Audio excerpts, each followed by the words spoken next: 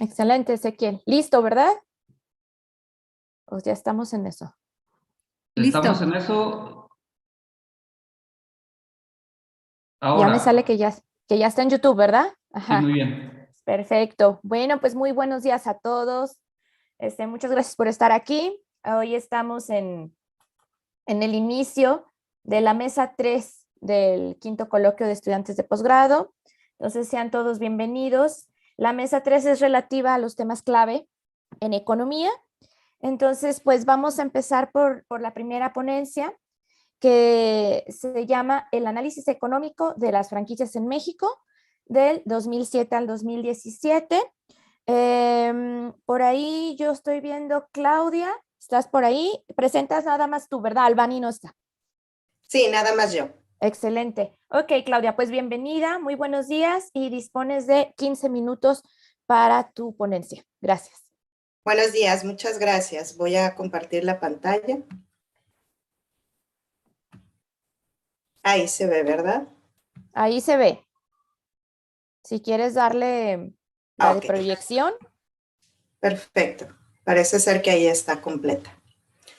Bueno, pues buenos días. Mi nombre es Claudia Sobrado. Yo voy a presentar la investigación acerca del análisis económico de las franquicias en México del periodo 2007 a 2017 por la Universidad Autónoma del Estado de Coahuila en el campus Torreón. Mi asesor de tesis es la doctora Albania Aguilera y bueno, pues voy a empezar. Como introducción, pues tenemos que las franquicias es un modelo de negocio que tiene muchas ventajas como la especialización de la mano de obra. Se crean múltiples empleos debido a que la franquicia, como muchos sabemos, replica puntos de venta en diferentes posiciones geográficas, ya sean dentro de un solo país o hacia afuera. Entonces, pues realmente genera una ventaja muy importante en la creación de empleos tanto nacionales como internacionales. Bueno, otra ventaja de las franquicias es la creación de infraestructura. En la cuestión de las franquicias, pues sabemos que se pueden poner los establecimientos y eso genera una inversión directa. También se optimizan los procesos porque hay una estandarización. Al momento de replicar el modelo, tiene que ser exactamente igual en todos los puntos de venta. Claro, algunos se tropicalizarán dependiendo del país o dependiendo del lugar al que vayan.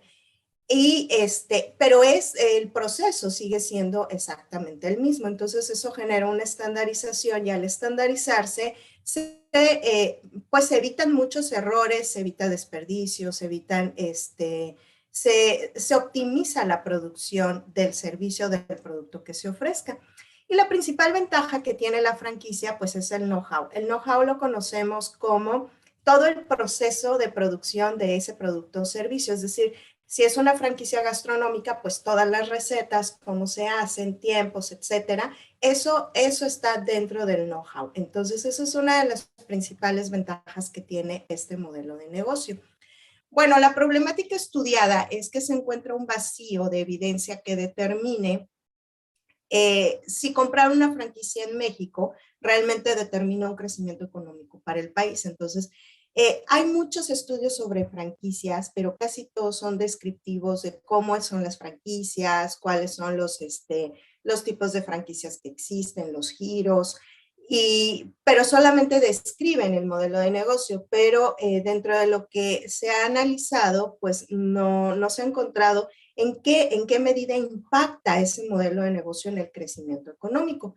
Entonces el objetivo era analizar, o bueno, es el objetivo de la investigación es analizar si este modelo de negocio genera o no un crecimiento económico en México, porque pues sí hay muchos tipos de negocios, hay muchos tipos de empresas que son pymes, grandes empresas, microempresas. Sin embargo, este modelo en específico, pues no sabemos si realmente impacta o no en el PIB. Bueno, nuestro marco teórico gira en torno al modelo de negocio de la franquicia, que se caracteriza por primero ofrecer un producto innovador, porque para poderse registrar como franquicia necesitamos tener un producto nuevo que genere una ventaja competitiva contra los demás. Es un modelo que se expande a través de la concesión a un franquiciatario a través de un contrato, lo cual le da legalidad al modelo. Es decir, no nada más es un contrato de palabras, sino que además se firma y se especifica el tiempo que va a tener esa concesión de la franquicia. Y bueno, Pérez Calderón compara el impacto que tienen las franquicias, el modelo de franquicia en el mundo, casi casi con el que tuvo la revolución industrial en su momento, porque la revolución industrial generó un boom de producción casi en todo el mundo, y el modelo de franquicias es un modelo que se replica en todo el mundo en diferentes giros. Entonces él lo compara más o menos con ese fenómeno. Bueno, esta investigación está basada en la teoría de la ventaja competitiva de Michael Porter, porque esta teoría tiene 4 ejes importantes, que son las condiciones de los factores, que estos son factores especializados como la especialización de la mano de obra, la infraestructura, la tecnología. Entonces eso genera una ventaja competitiva en base a otros tipos de modelo de negocio. Las condiciones de la demanda, los consumidores somos cada vez más exigentes debido a que tenemos más información en tiempo real. Entonces, el modelo de franquicia, al estandarizarse y al ser procesos que ya son probados y en base a eso se vende el modelo de negocio, pues genera un poco menos de error y un poco de mayor calidad que se ofrece hacia el consumidor. Otro de los pilares son los sectores afines. En este caso, el modelo de franquicia tiene proveedores establecidos que tú solamente puedes, cuando eres franquiciatario, solamente puedes comprar con ellos. Entonces, estos sectores afines van a garantizar que se dé un producto de calidad y estandarizado en todas las condiciones de la franquicia. Y finalmente, la estrategia, estructura y rivalidad entre las empresas es uno de los pilares de esta teoría que también aplica a las franquicias porque, bueno, la franquicia no puede tener una sucursal del mismo producto en cierta cantidad de kilómetros, exactamente para evitar la rivalidad interna. Entonces hay toda una estrategia para poderse multiplicar, hay toda una estructura para poder multiplicar ese modelo que le genera pues estabilidad y le genera éxito además porque realmente lo que se vende es el éxito. Bueno, la metodología es una investigación de tipo explicativa. En un primer momento habíamos analizado que fuera de tipo causal porque se hace un modelo econométrico. Sin embargo, pues en base a retroalimentaciones que tuvimos, hemos coincidido en que es de tipo explicativa. Todas las variables que se analizan son variables continuas porque toman un valor a través del tiempo y este valor puede tomar cualquier valor. La variable dependiente es el PIB y está a precios constantes del año 2013, ese es el año base, y las variables independientes son la cantidad de marcas de franquicia, no la cantidad de puntos de venta, sino la cantidad de marcas y la cantidad de empleos generados por estas franquicias. Esta información se toma de la ENOE que presenta el INEGI.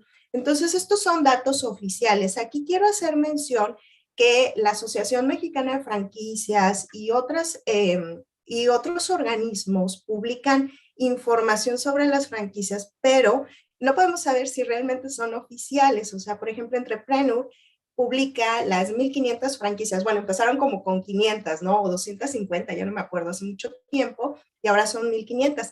Pero ahí la franquicia paga por salir publicada. Sin embargo, estos son datos del INEGI y pues se pueden considerar oficiales.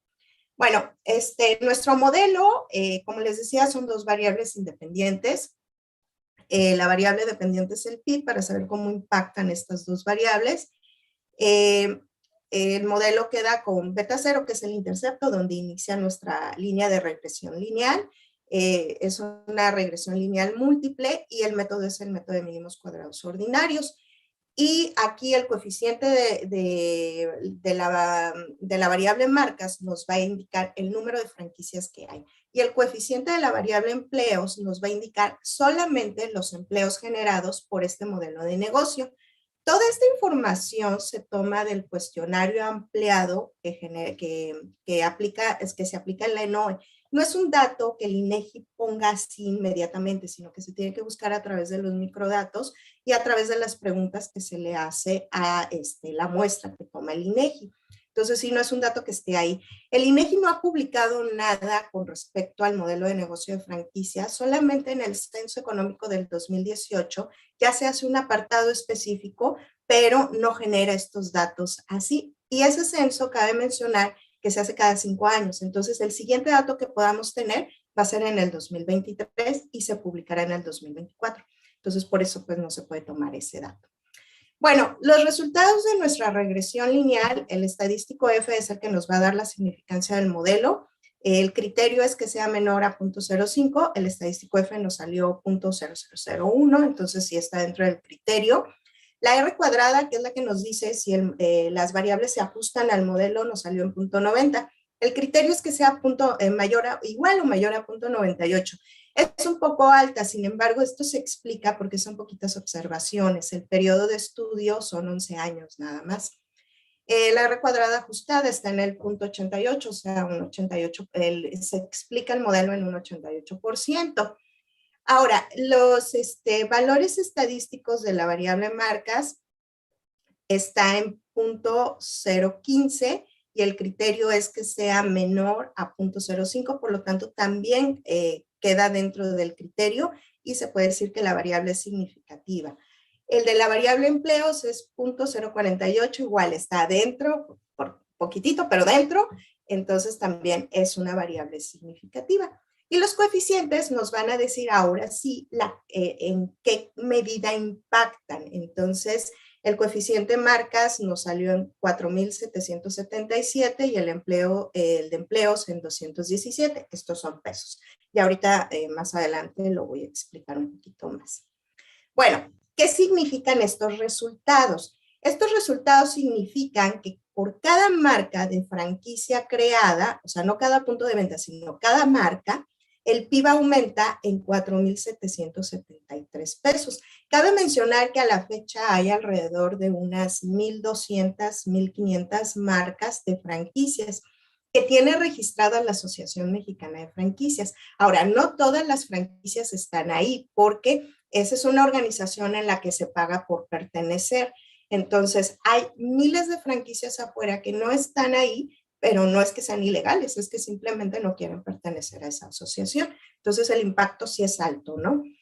Y en segundo momento, que por cada empleo generado, el PIB va a aumentar 217 pesos. Esto podría parecer muy poco, pero hay alrededor de 900,000 empleos que tienen las franquicias en México. Estos son datos de la Asociación Mexicana de Franquicias. No sabemos si son realmente todos esos o son un poco más. Como les decía, hay muchas otras franquicias, pero por cada uno se generan 217.73 pesos. Entonces, sí es un dato importante y sí es un dato que nos lleva a concluir, primero a comprobar que las franquicias establecidas en México, pues sí contribuyen al crecimiento del país. En segundo lugar, nos llevan a concluir que si se incentiva este modelo, pues bueno, se puede hacer crecer muchísimo más. ¿Por qué? Porque genera inversión, genera empleos, y al generar empleos hay una cosa muy, muy importante, pues que el trabajador va a tener un ingreso, o sea, un salario, y que lo va a poder gastar, entonces se incentiva el consumo también, ¿no? Y con ello, pues sus respectivos impuestos. Bien, ¿qué recomendaciones podemos nosotros tener en base a esta investigación? Bueno, pues la primera es accionar mecanismos de financiamiento para que el modelo continúe, para que nuevos emprendedores tengan alguna herramienta o algún incentivo para poder invertir en franquicias, porque finalmente pues es un modelo comprobado, ellos van a tener una posibilidad de éxito más alta que si se emprende un negocio por cuenta propia, que no es malo. Sin embargo, pues cuando uno abre un negocio por cuenta propia, muchas veces estamos a la prueba y error, a ver qué funciona o no. Y en este caso, este modelo, pues ya pasó esa etapa de prueba y error y ya te va a decir, bueno, lo que funciona es esto y tienes menor posibilidad de mortandad de la empresa. Entonces, realmente genera un beneficio económico en el país. Algunas limitaciones que tiene esta investigación que nos han hecho ver, bueno, pues es que el periodo llega a 2017. Quiero mencionar que esta investigación inició en 2020, entonces se concluyó en el análisis econométrico, se concluyó en 2021 y por eso se quedó en ese periodo. Otra causa, y que más bien es la principal causa, es que del 2018 al 2021 se registra un periodo de inestabilidad económica en nuestro país. Entonces, yo presento 3 datos acá importantes, que es la variación porcentual del PIB, la inversión fija bruta, porque nuestro modelo de negocio de franquicia está relacionado con incentivar la inversión, y el otro es la cantidad de empleos que se generaron. Para el año 2019 ya tenemos una tendencia a decrecer en todos estos indicadores. Y en el 2020, bueno, obviamente por la pandemia, todos los indicadores se cayeron, pero no solo en México, en el mundo, esto fue un fenómeno mundial. Para el año 2021 ya repuntó. Bueno, el hecho es que en un modelo econométrico, estos datos que caen fuera de la distribución normal de las variables genera que ya no haya significancia, genera autocorrelación, genera varios problemas en el modelo y pues ya no es un modelo que vaya a funcionar. Además de que, como mencioné, la investigación se empezó en el año 2020. Bueno, y otra limitación que tiene es que no se Claudia, estudian tenemos otras como 2 variables. minutos, perdóname que te interrumpa, 2 minutos para que concluyas. Sí, otras variables no se estudiaron porque no impactan en el PIB. Por ejemplo, el giro, el tipo de la empresa, todo eso no impacta en el PIB. Entonces, pues esas son las limitaciones que se tienen. Líneas futuras, nuevos datos, nuevos modelos y más variables. O sea, serían otro tipo de investigaciones. Y pues finalmente las referencias consultadas fueron muchísimas. Estas son solamente algunas de las que pudimos, bueno, de las más importantes que se tienen. Y hasta ahí mi presentación. Muchas gracias. Creo que en tiempo. Sí, justísimo, Claudia. Muchísimas Sí. gracias. Mira, pues en esta ocasión me toca moderar, pero también me tocó la oportunidad de hacer comentarios sobre tu investigación. Entonces me voy a asignar a mí misma 15 minutos y pongo aquí el cronómetro, porque si no, no sabemos ni qué onda. Entonces, bueno, pues quería iniciar diciéndote, Claudia, me parece una investigación muy pertinente, de mucha importancia, ¿no? Lo que estás realizando. Dado pues este modelo de franquicias que pues tiene implicaciones económicas, ¿no? Importantes en el país y en la economía global de alguna forma, ¿no? Sin embargo, me gustaría decirte, me gustó más escucharte que leerte. Siento que tu documento no hace justicia a tu exposición. Entonces, sí, me gustaría recomendarte, creo que hay que fortalecer tu documento. Yo sentí que de pronto la secuencia lógica se pierde, de pronto estamos como hablando, luego como que ya de otra cosa, y luego regresamos y luego ahí vamos. O sea, lo sentí como si fueran pedacitos que no están como todos alineados en tu rompecabezas de tu investigación. Entonces, por ejemplo, señalas que en el 2018, por las circunstancias de la transición gubernamental y pues lo que esto genera, ¿no? En temas de inestabilidad de inversión, dices que no se incluye. Pero siento como que esto no debería ir en las conclusiones. Esto lo tendrías que explicar desde un inicio, quizá en tu metodología de trabajo, no en la conclusión. No, y esto también genera dudas, porque no sé si es la razón válida, porque entonces yo diría, si el 2018 no lo podemos estudiar porque entró la cuarta transformación, entonces tampoco puedo estudiar el 2020 y el 2021 porque llegó el COVID, y entonces tampoco voy a poder estudiar el siguiente periodo de transición gubernamental. O sea, a lo mejor aquí el tema es el modelo, a lo mejor la limitante es el modelo econométrico, porque la franquicia tú la presentas como una alternativa de crecimiento económico y una alternativa de inversión para el empresario. Entonces, tiene que ser una alternativa lo suficientemente válida para que me justifique que existe durante los periodos de crisis económica que son cíclicos y que se van a seguir presentando en el sistema capitalista. O sea, son imposibles, no siempre existen.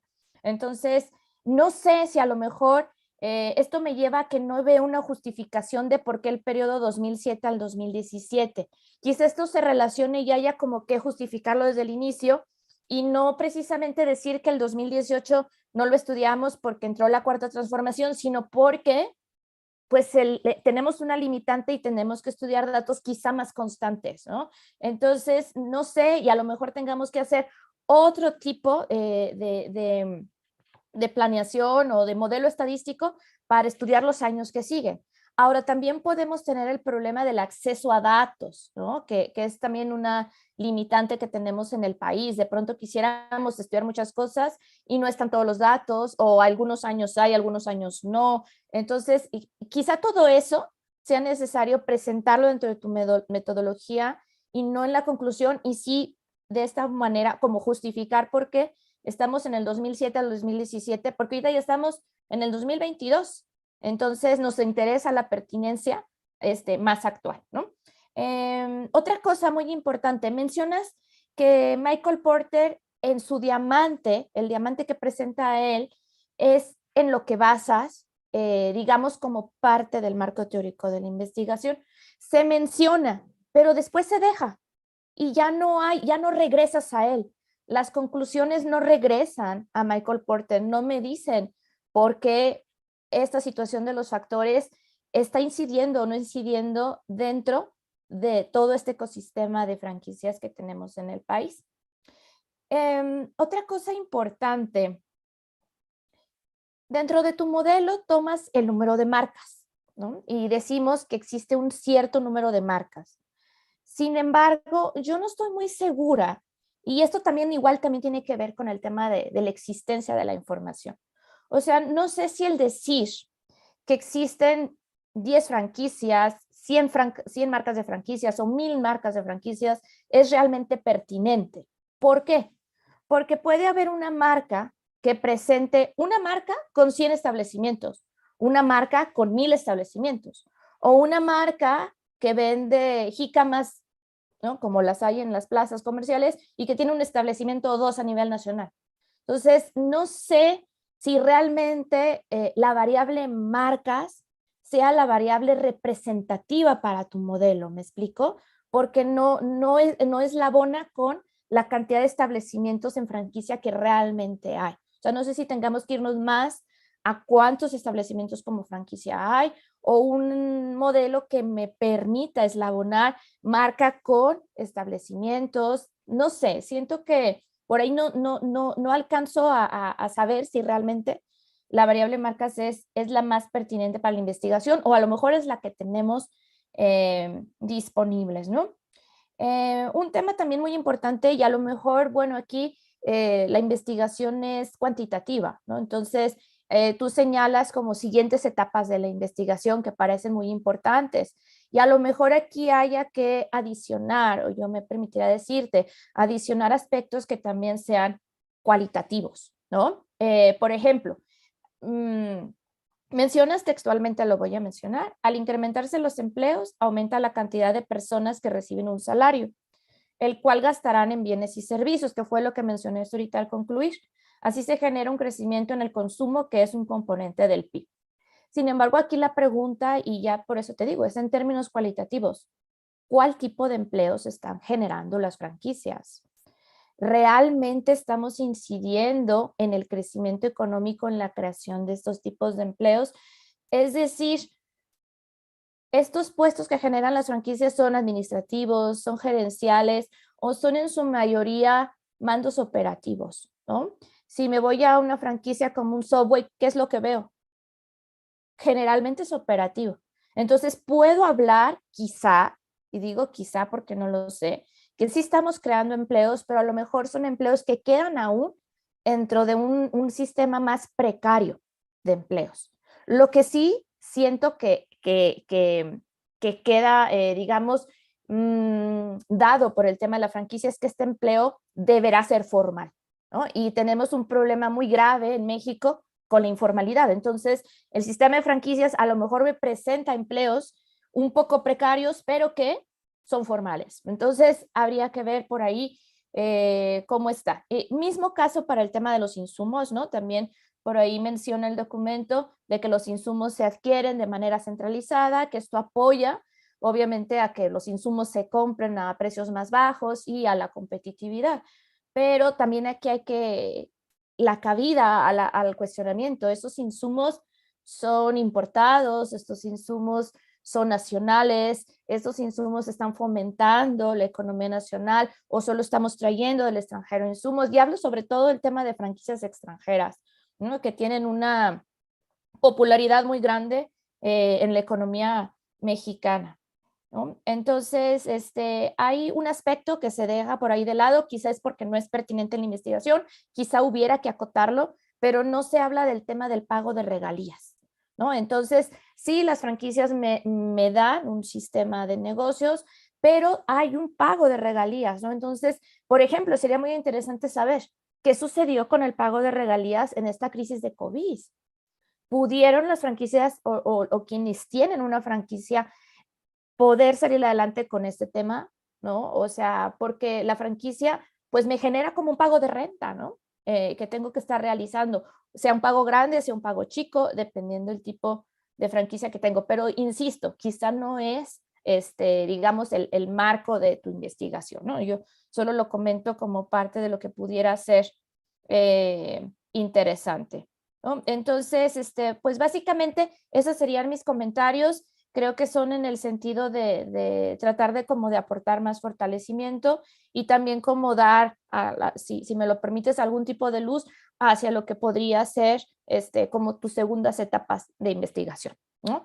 Entonces, eso sería, Claudia, muchísimas gracias. No sé, sería si el auditorio tuviera alguna pregunta, alguna aportación. Yo voy a leer por aquí un comentario que nos hace Roberto. Nos dice: ese trabajo se enriquece con la parte cualitativa, tal como se menciona, aumento de franquicias, pero falta de generación de valor agregado, encadenamientos productivos, calidad de empleo, algo muy importante, el pago de impuestos, ¿no? Entonces, yo creo que hay un eslabonamiento muy interesante que se puede hacer con lo cualitativo, ¿no? No sé si hay algún otro comentario, alguna pregunta del auditorio para Claudia.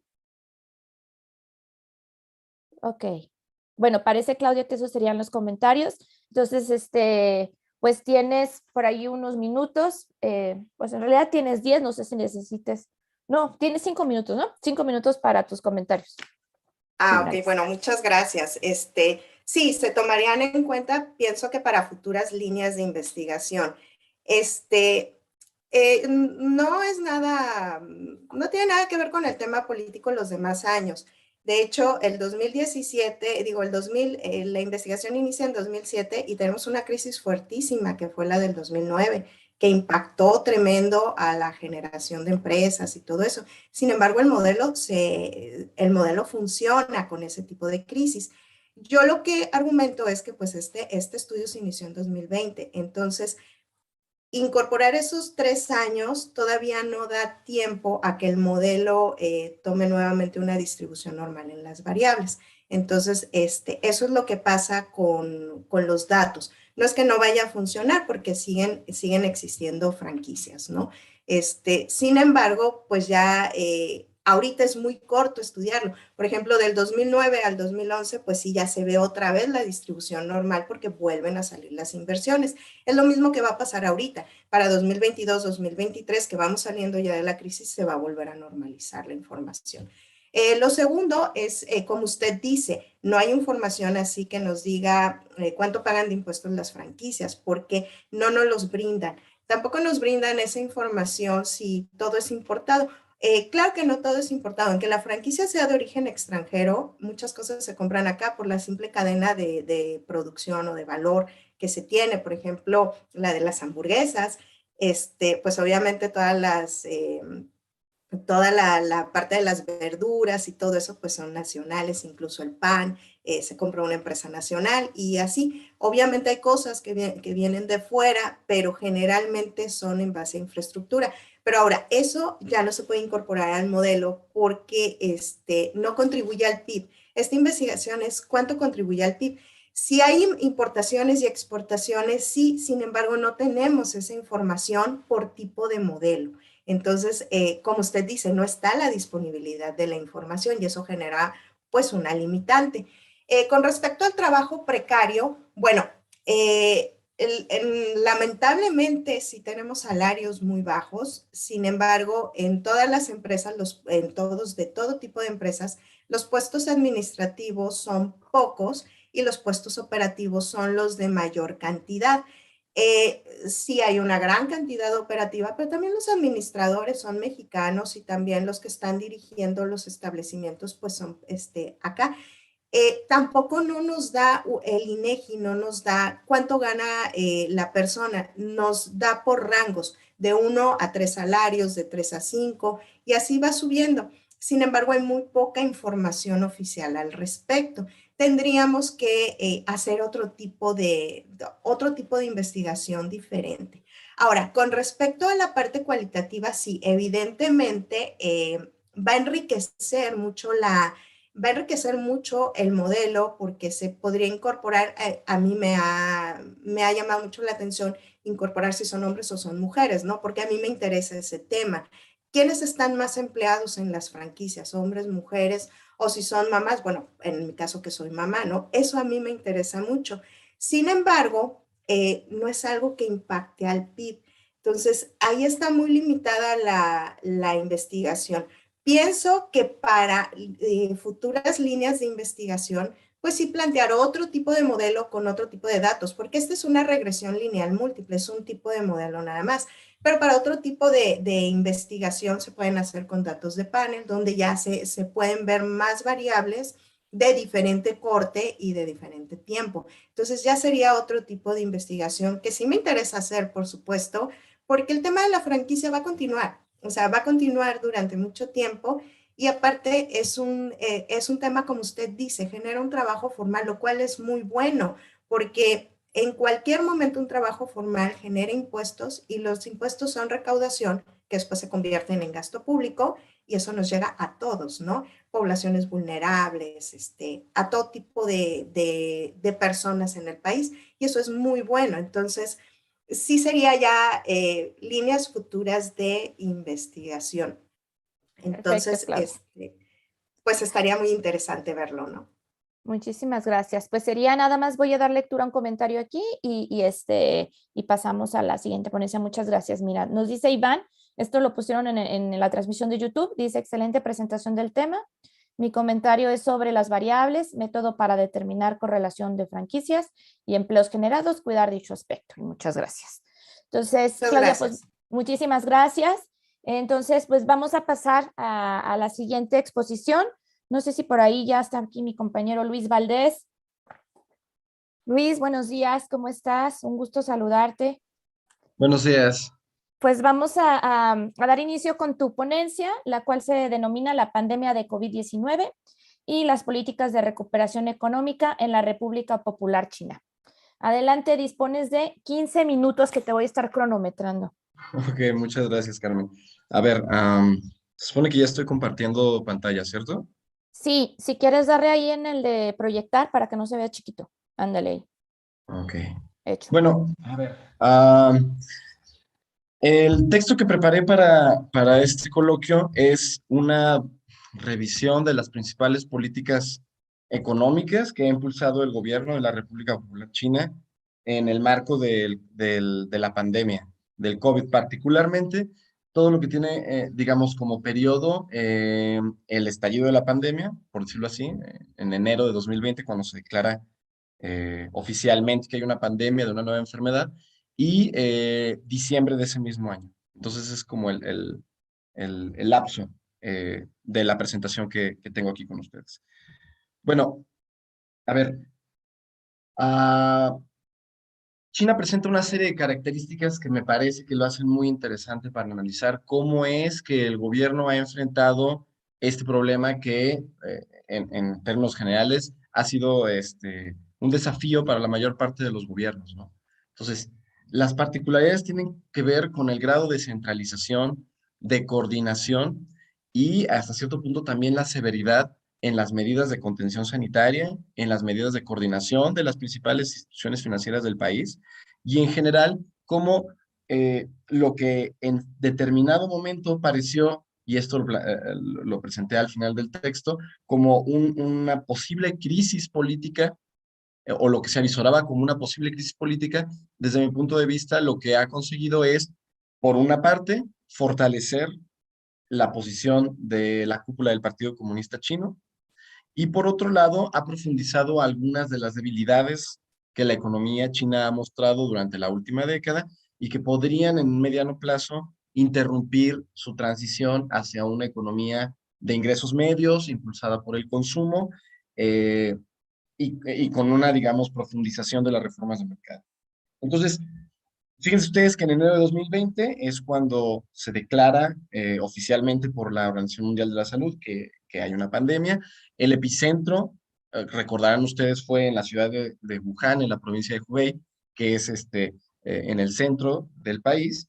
Y la estrategia tiene que ver inmediatamente con la contención eh, de los contagios, aún sobre, digamos, criterios de orden económico. Entonces, inmediatamente la provincia de Hubei queda aislada, se provee de recursos médicos, financieros, de modo que frente a estas medidas que eran pues básicamente casi militarizadas, ¿no? Se militarizó la región. Hacia febrero de 2020 es cuando China alcanza el pico de contagios, de muertes también, y esa de allí en adelante que el gobierno chino tiene un margen de maniobra para reabrir las actividades económicas, ¿no? Que ya hacia marzo de ese mismo año empiezan a mostrar una mejora, ¿no? Cuando en el resto del mundo estábamos apenas entrando en las medidas de cuarentena. Ahora, lo que hay que decir es que el impacto económico de la pandemia fue brutal. De hecho, es la mayor caída del PIB mensual del que se tiene registro. Bueno, algunos datos son los que se presentan en la lámina, ¿cierto? Entonces, una caída a un menos 6,8% del PIB durante el primer cuatrimestre de la pandemia. En la producción industrial también fue uno de los principales, digamos, lastres que desplomaron el crecimiento económico. Se ven algunos datos sobre la producción de carbón crudo, de mineral de hierro, del cemento.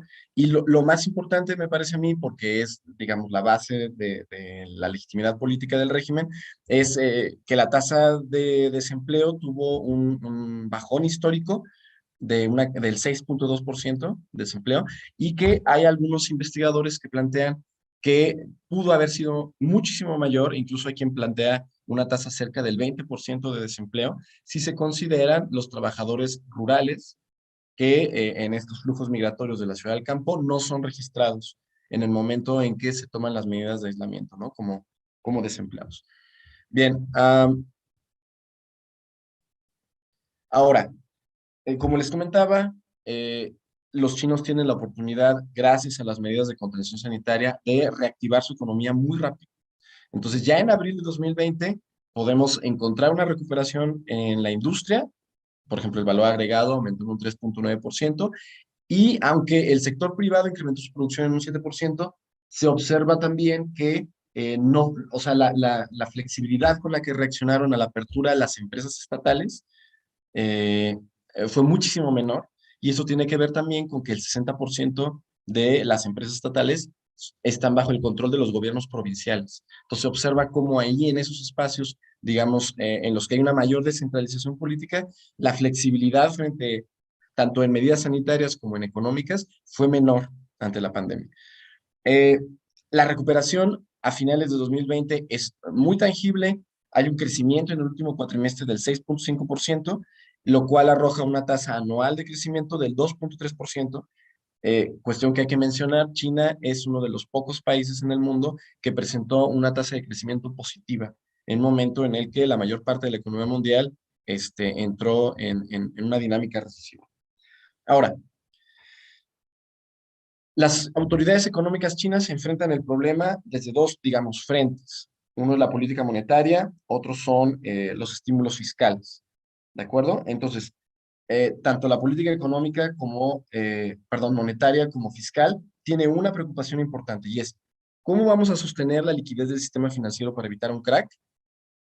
¿Cómo vamos a mantener el crédito para la producción? Que hay que decirlo, la mayor parte de los estímulos, a diferencia de lo que pasó en las economías occidentales, donde el gobierno otorgaba, digamos, subsidios a las familias, en China el crédito se otorgó a las empresas, porque la idea era evitar, digamos, una crisis económica y que estas empresas sean las que podían mantener bajos los niveles de desempleo. Ahora, estas dos prioridades tienen, o digamos, tienen como restricción objetiva el problema del endeudamiento, del que voy a hablar ahorita un poquito más adelante, que tiene que ver con tendencias que ha mostrado la economía china en la que desde hace cerca de 7 años, 8 años, por cada unidad de crédito que el sistema financiero chino provee, o sea, se crece menos, el PIB ha crecido menos. Entonces eso plantea un problema en el que la tasa de endeudamiento hoy está alrededor del 238% del PIB y eso es insostenible en el mediano plazo. Entonces el problema es ese, cómo mantener, cómo estimular la economía sin sobreendeudar. Ahora, eh, bien, como les comentaba, las principales medidas de política monetaria que tomaron, creo que me pasa aquí, de política monetaria tuvo que ver con el Banco Central haciendo operaciones de recompra y de descuento. En marzo de ese año, el Consejo del Estado, que es, digamos, el órgano más alto decisorio en la vida económica en el país, ofreció créditos por cerca de 350 mil millones de yuanes a tasas preferenciales destinados, como les comenté, a medianas empresas particularmente. Ojo, que nunca a las familias. Ahora, en lo que se refiere a la política fiscal, el primer ministro, Li Keqiang, quien, bueno, va a ser una cosa que vamos a comentar más adelante también, fue quien se encargó de encabezar las instituciones que ad hoc se crearon para la pandemia, anunció un paquete de estímulo fiscal de 3.75 billones de yuanes, pero que, digamos, tuvo la precaución siempre de no ser inyectado todo a las empresas estatales, tratando de escapar a la irresponsabilidad de los gobiernos locales, que como les comenté, son poseedores del 60% de las empresas estatales. Entonces, el objetivo era cómo estimular sin tentar a algunos de los actores económicos a caer en acciones irresponsables. Y eso tiene que ver con otra circunstancia interesante, es que en 2020 fue desde la década de los 90 el primer año en el que el gobierno no fija una tasa de crecimiento objetiva. Y eso tiene que ver no con la intención del gobierno de no crecer, sino con la idea de no estimular a mandos, digamos, de niveles regionales y locales a tomar medidas que en el corto plazo estimulan el crecimiento de sus regiones, pero que en el mediano plazo pueden implicar una mayor inestabilidad, particularmente en el sistema financiero para el país. Ahora, digamos, como doble pinza para enfrentar al COVID, de la política fiscal y la política monetaria, tienen que ver con una estrategia un poquito más amplia que viene desde 2017 formulada, que tiene que ver con el crecimiento económico de calidad. Crecimiento económico de calidad es una propuesta del gobierno chino para enfrentar la ralentización de la economía, que es el primer cuadrito que tenemos ahí arriba, que tiene que ver con la caída en las tasas de crecimiento que se han observado desde 2010 hasta ahora. Lo tenía acá. Bueno, perdí el dato. La idea es que desde 2010 a 2020 ha habido una ralentización en el crecimiento y eso ha impulsado a la cúpula del partido a considerar la transición de una, digamos, economía impulsada por la inversión estatal con grandes proyectos de infraestructura a una sociedad de alto consumo que tuviera la virtud de legitimar el dominio político del Partido Comunista frente a estas nuevas como sector medio que vive en el este del país y con un grado mayor de independencia tecnológica, ¿cierto? Ahora, lo que se observa es que para lograr este cometido se tienen que profundizar las reformas de mercado. En 2020, en el medio de la pandemia, en mayo, en septiembre y en noviembre, la cúpula del partido llevó una serie de reuniones en las que se plantea la necesidad de profundizar de manera inmediata las relaciones de mercado, porque se observa que hay una serie de ineficiencias, sobre todo en los mercados de factores. Entonces se tratarían en los próximos años de plantear la apertura en el mercado de capitales, en los mercados de tierras, en el mercado de trabajo, ¿cierto? Ahora, a nivel, digamos, como programático, la idea de profundizar las reformas en este sentido tiene que ver también con otros dos conceptos que plantea el gobierno chino. Una es la de la autoconfianza, que digamos básicamente tiene que ver con reducir la independencia tecnológica, y la otra que es la teoría del doble circuito que planteó en 2020, en 2017, Xi Jinping en diferentes foros, particularmente a mediados de 2020, que es cuando se aprueba el plan quinquenal del partido. La idea del doble Luis, circuito, perdóname, tenemos como sí, 3 minutos disponibles.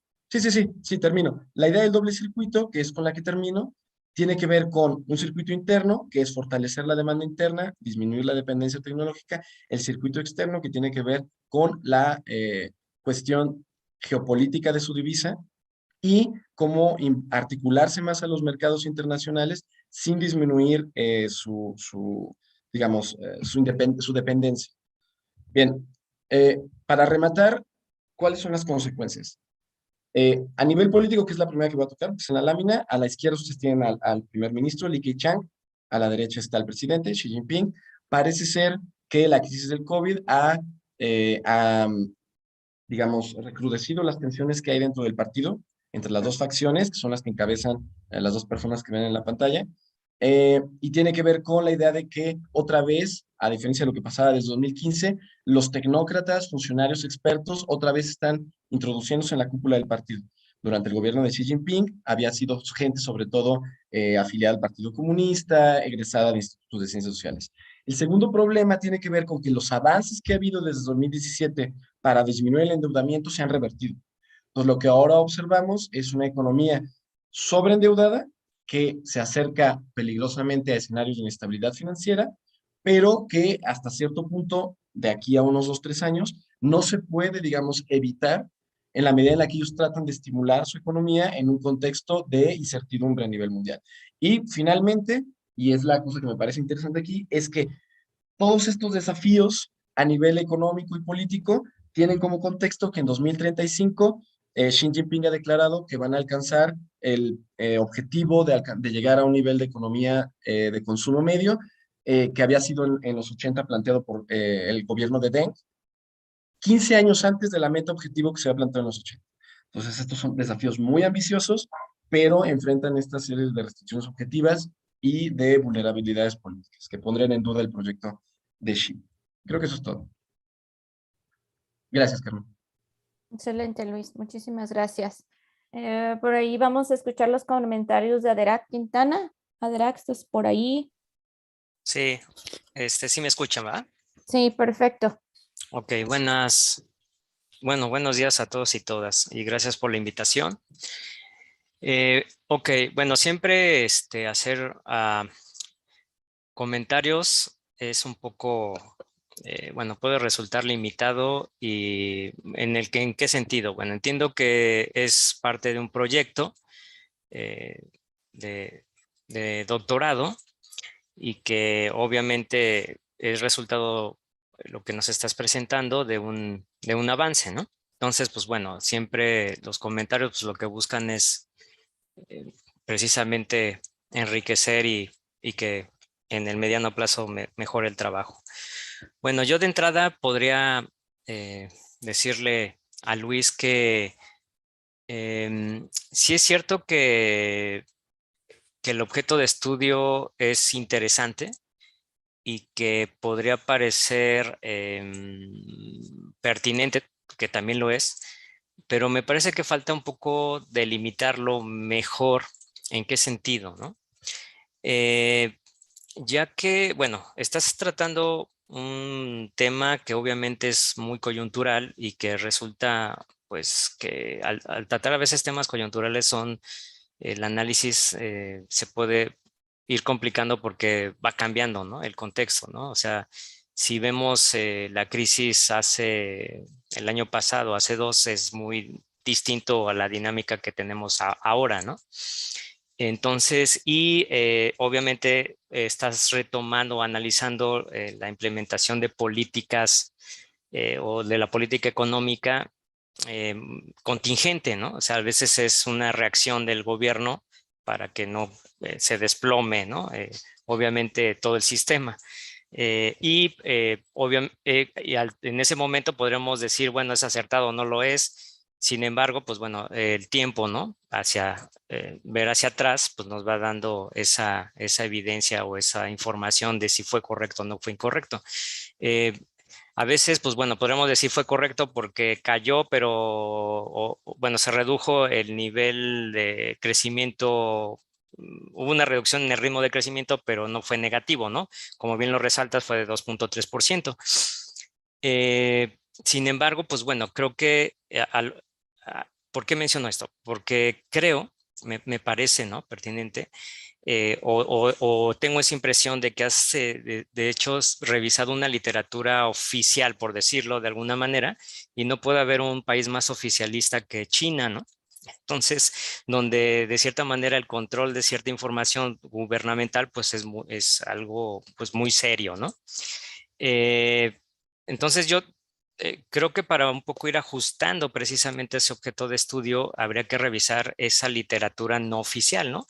No necesariamente cuando, bueno, a veces en las ciencias sociales cuando decimos literatura crítica podría parecer, no, pues es lo que está en contra de todo, ¿no? Y es la más, no en esa posición criticona, ¿no? Entonces, sino simplemente una posición para un poco ir visualizando ese balance, ¿no? Ir contrastando, ¿no? Si realmente fue acertada, hasta qué punto fue acertada esa implementación de esa política monetaria, esa política fiscal por el gobierno chino, si fue acertada o no fue acertada. Lo que sí, bueno, ¿por qué también lo señalo? Porque, por ejemplo, bueno, todo a grandes rasgos sabemos que la economía asiática es dependiente, ¿no? Del sector externo. O sea, y si a nivel global cayó, la economía mundial se desplomó, se detuvo, un paro así eh, abrupto, evidentemente, bueno, eso trajo consecuencias a todos. Bueno, no cayó mucho porque es un país muy grande, muy diverso, como bien lo señalas, y que de cierta manera, pues bueno, también se ha fortalecido ahí la economía interna, ¿no? Esta explicación que nos dabas al final del doble circuito. Entonces, y de cierta manera, pues bueno, por lo que visualizo, pues bueno, el gobierno chino lo que busca con este doble, o en esa política de doble circuito precisamente es bueno, ahí lo señalas, ¿no? Un agotamiento en el modelo que ya se va reduciendo esas tasas de crecimiento o que va llegando a ese límite, ¿no? El crecimiento económico, ya no se puede apostar todo al sector externo, ¿no? Porque pues, al final de cuentas el mundo es muy cambiante y ya empiezan a entrar otros actores, ¿no? Como la India, Rusia, y un poco esta dinámica entre Europa y los Estados Unidos, ¿no? Entonces, obviamente empieza a haber ese agotamiento, pero me parece que es, bueno, puede ser acertado una toma de decisión del gobierno chino para precisamente sacar a flote la economía. Entonces, eh, evidentemente también es una economía que las empresas más grandes, el sistema financiero es de control estatal, evidentemente, y eso marca una diferencia con muchos de los países tradicionalmente, pues no sé si llamarlos más de capitalismo puro o no sé, o más capitalistas que China. Eso pues es un reflejo también de de esa caída más suave, ¿no? O más planificada en ese sentido, ¿no? Entonces, mm, me parece entonces definir, ¿no? Un poco redefinir más bien y acotar de mejor manera el objeto de estudio, porque yo sé, ¿no? Que hablar de política económica, sí tenemos todos claro, los que somos economistas sabemos que es política fiscal y monetaria. Sin embargo, o sea, simplemente hablar de política fiscal y no sé, enfocarte a la política de ingresos, pues es todo un universo, ¿no? Entonces, y si te vas a la política de gasto es otro universo, y si te vas a la política de deuda es otro, ¿no? Entonces son como tres universos y eso considerando, por otro lado, la política monetaria.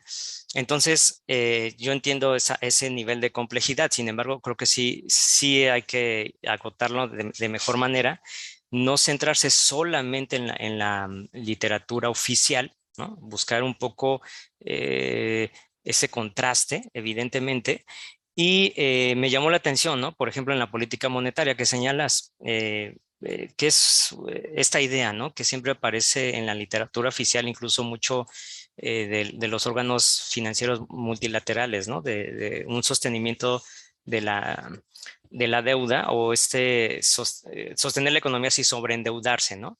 Y entonces la pregunta es qué es sobreendeudarse, ¿no? Cuando todos los países capitalistas, la gran mayoría, están sobreendeudados, ¿no?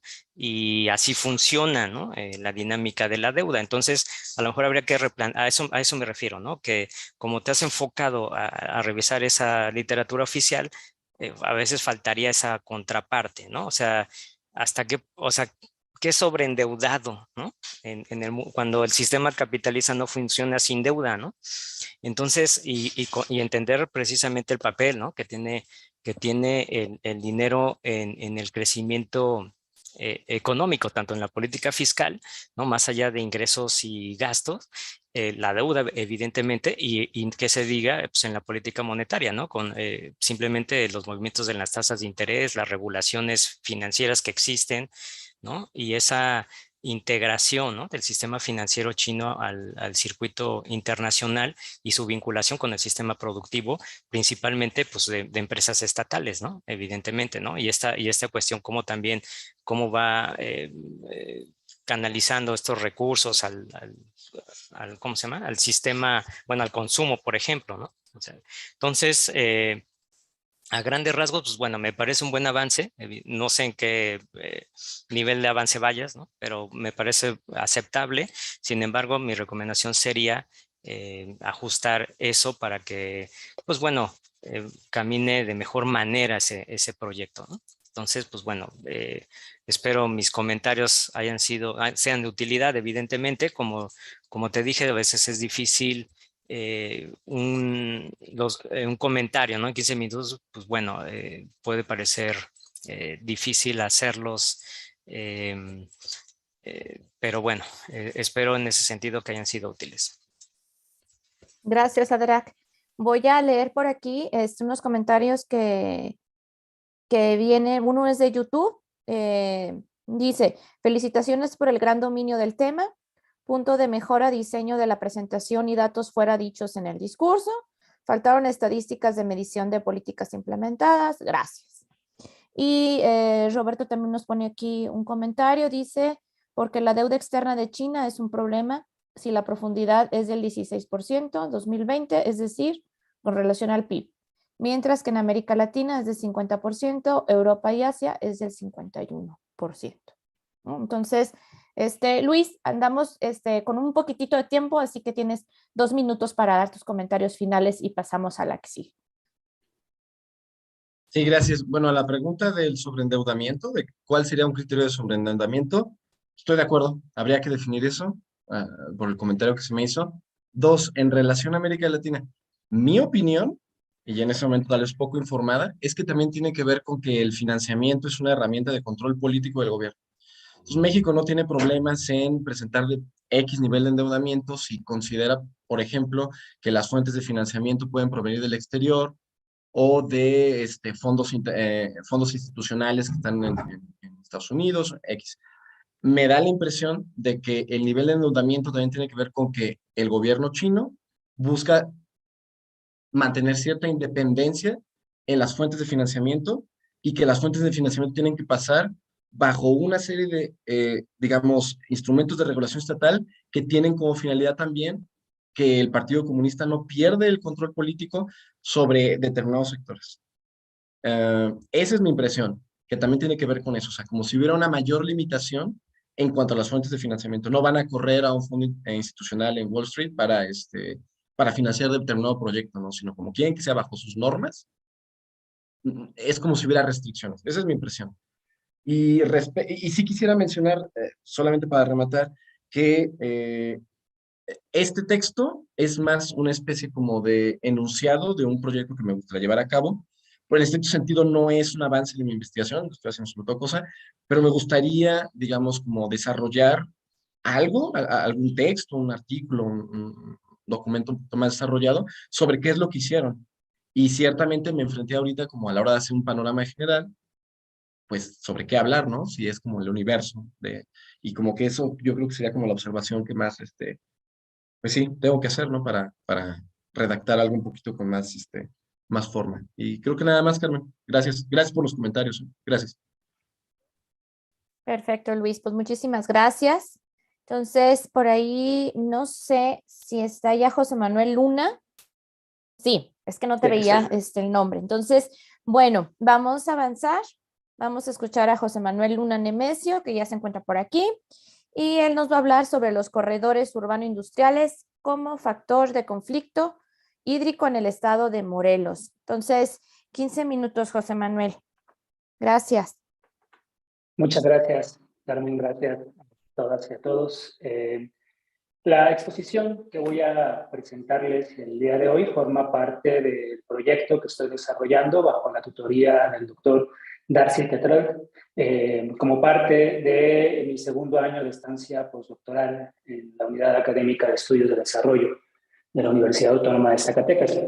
Y en esta ocasión son los avances particulares de uno de los puntos que se acordaron en dicho proyecto en torno a conocer cuál es la correlación territorial que hay entre la producción espacial de corredores urbano-industriales y la configuración de zonas de conflicto y emergencia hídrica en el estado de Morelos. La justificación de este estudio se hizo a partir de reconocer que de cara a la vuelta de siglo se han impulsado diversos procesos de urbanización y de industrialización del territorio que, más allá de ser espacios de florecimiento humano, espacios de alto desarrollo económico, son además escenarios de emergencia ambiental y de un alto riesgo sanitario.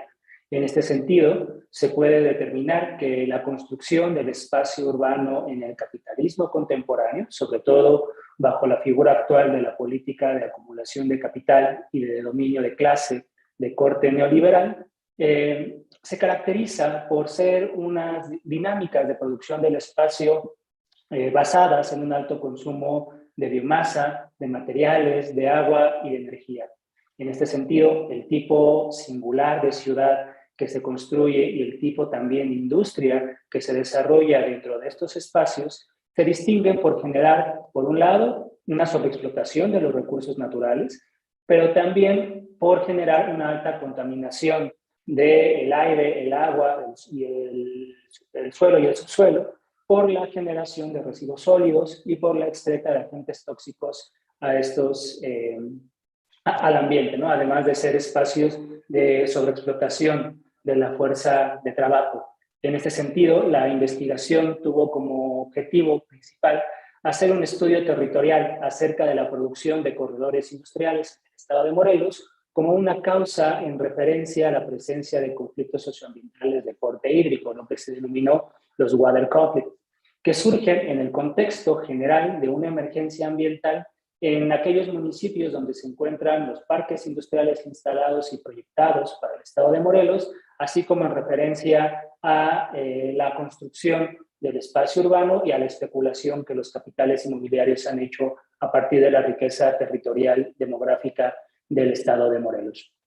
El marco conceptual del cual partió este estudio fue precisamente de los conflictos socioambientales de corte hídrico, lo que denominamos como water conflict, los cuales en el marco del capitalismo contemporáneo se considera que la producción del espacio urbano en articulación con dinámicas de industrialización, la promoción de megaproyectos y también la propia realidad adyacente del campo, de esta ruralidad, se ha vuelto una configuración para la configuración de conflictos socioambientales de distinta naturaleza, entre los cuales destacan por la cantidad y por las características cualitativas de sí mismos los conflictos que tienen que ver con la defensa del agua.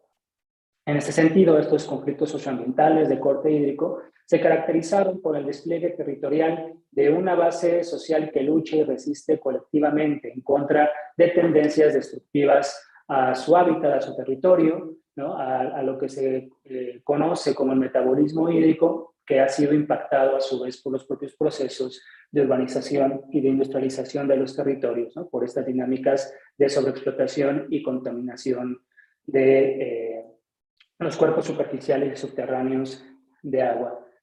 Los conflictos socioambientales, en este sentido, de corte hídrico, no fueron entendidos solamente como escenarios de pugna, como escenarios de confrontación, ¿no? También fueron entendidos en un sentido positivo, es decir, desde el valor de uso que se puede reconocer en este tipo de conflictividad, en tanto que son espacios donde se desarrolla y se impulsa una politicidad básica de los sujetos. Hay una dimensión política, práctica, cotidiana dentro de los escenarios de conflictividad socioambiental, la cual termina por convertir a las comunidades y a los integrantes en un nuevo sujeto histórico capaz de llevar a cabo la reconquista de los derechos socioambientales que han sido vilipendiados por diversos actores políticos y económicos. Para este estudio se llevó a cabo una tipificación de los conflictos socioambientales de corte hídrico en función de las dos dinámicas que estábamos nosotros procurando conocer cómo se llevaban a cabo en el espacio del estado de Morelos, las dinámicas de urbanización y de industrialización, definiéndose tanto las características generales para cada una de estas fuentes que origina la conflictividad de corte hídrico y también la identificación de variables que nos guiaron en la búsqueda de información bibliográfica y también en la búsqueda de construcción de estadística y cartografía específica en torno al tema. Este estudio, como lo he venido mencionando a lo largo de mi exposición, se llevó a cabo en el estado de Morelos, el cual se encuentra ubicado en la zona centro del país y que cuenta con una posición geopolítica muy importante, en tanto que el estado de Morelos se encuentra rodeado por por las entidades que pueden representar grandes polos de desarrollo económico, como son el Estado de México, la Ciudad de México, Puebla, Tlaxcala, Hidalgo, Querétaro y el Estado de Guerrero. Son estas entidades que juegan un papel central a la hora de reconocer la interconexión que tiene México con el mercado mundial y también con el mercado nacional, y que si vemos también las zonas de alto desarrollo industrial que durante el neoliberalismo se generó en nuestro país, entendemos cómo el estado de Morelos se vuelve un puente territorial de articulación por el que transita tanto la mercancía, fuerza de trabajo, pero también todos los commodities que se producen en Puebla, en Tlaxcala, en el Estado de México, para poder llegar a este mercado mundial, y que también a partir de la riqueza demográfica, la riqueza hidrobiosocial del estado de Morelos, pues la entidad se ha vuelto un territorio de alta especulación por diversos capitales, ¿no? La metodología que se siguió se centró en la integración cualitativa de información en torno al objetivo general y objetivos particulares del estudio, para realizar una investigación de corte territorial de tipo exploratorio, descriptivo y de colonialidad, soportado en fuentes de información primarias y secundarias. La pregunta de investigación que nos llevó a buscar responder a lo largo de esta investigación era conocer cuál es la relación territorial entre los corredores urbanos-industriales que existen actualmente y que de forma tendencial se han proyectado en el estado de Morelos, con la generación de condiciones de insustentabilidad derivada a la sobreexplotación y contaminación de los recursos hídricos de la entidad, ¿no? Esto nos permite ver cómo existen zonas en donde la presencia de los corredores coincide con la aparición actual o tangencial de conflictos socioambientales, ¿no? En la diapositiva que están viendo fue las diversas fases del estudio. Fueron 3 fases: de búsqueda de información, de reasignación temática y análisis de los documentos, y al finalizar la sistematización y elaboración del material cartográfico y del artículo científico que ya se encuentra publicada esta investigación, ¿no? Los resultados, en primer lugar, Se reconocieron la configuración de corredores urbanos a partir de observar cuál ha sido la dinámica histórica de 2014 a 2018 del número de viviendas construidas y el valor de la vivienda asociado a estas construcciones, donde vemos que el tipo de vivienda tradicional es el que ha tomado una mayor inversión a lo largo de este periodo, pero que conforme se va acercando hacia el 2018, el valor de la vivienda residencial también se ha aumentado. Esta vivienda residencial, sobre todo, está representado por las grandes unidades habitacionales que empresas como ARA, como Geo, producen o construyen en el territorio y que son unidades habitacionales que están ocupadas por debajo del 50% y el resto pues es con viviendas que sirven para la especulación inmobiliaria en la entidad, ¿no? También la configuración de estos corredores urbanos se hizo a través del reconocimiento del tipo de vivienda construida en la entidad, donde la vivienda tradicional sigue teniendo un peso importante, un peso a considerar en el tipo de infraestructura de hábitat en el estado de Morelos. Estas dinámicas de inversión con las propias políticas de promoción del espacio, de construcción del espacio urbano, también por el flujo migratorio que hay tanto del estado de Puebla, del estado de Guerrero y sobre todo de la Ciudad de México, ha derivado en la constitución de 4 regiones urbanas en el estado de Morelos. La región urbana de los Altos de Morelos, constituida por los municipios de Tepoztlán, Tlalnepantla, Tlayacapan y Totolapan, la región urbana de Cuautla, que está en el oriente de la entidad, que ustedes lo pueden ver en el mapa, en el achorado color verde, la región de Cuernavaca, que es la región con un alto desarrollo industrial, como vamos a ver más adelante, donde los municipios de Cuernavaca, Jutepec, Temixco, Emiliano Zapata y Xochitepec son los municipios que integran dicha regionalización que escapa a la cartografía de las zonas urbanas, ¿no? de lo que el Plan de Ordenamiento Territorial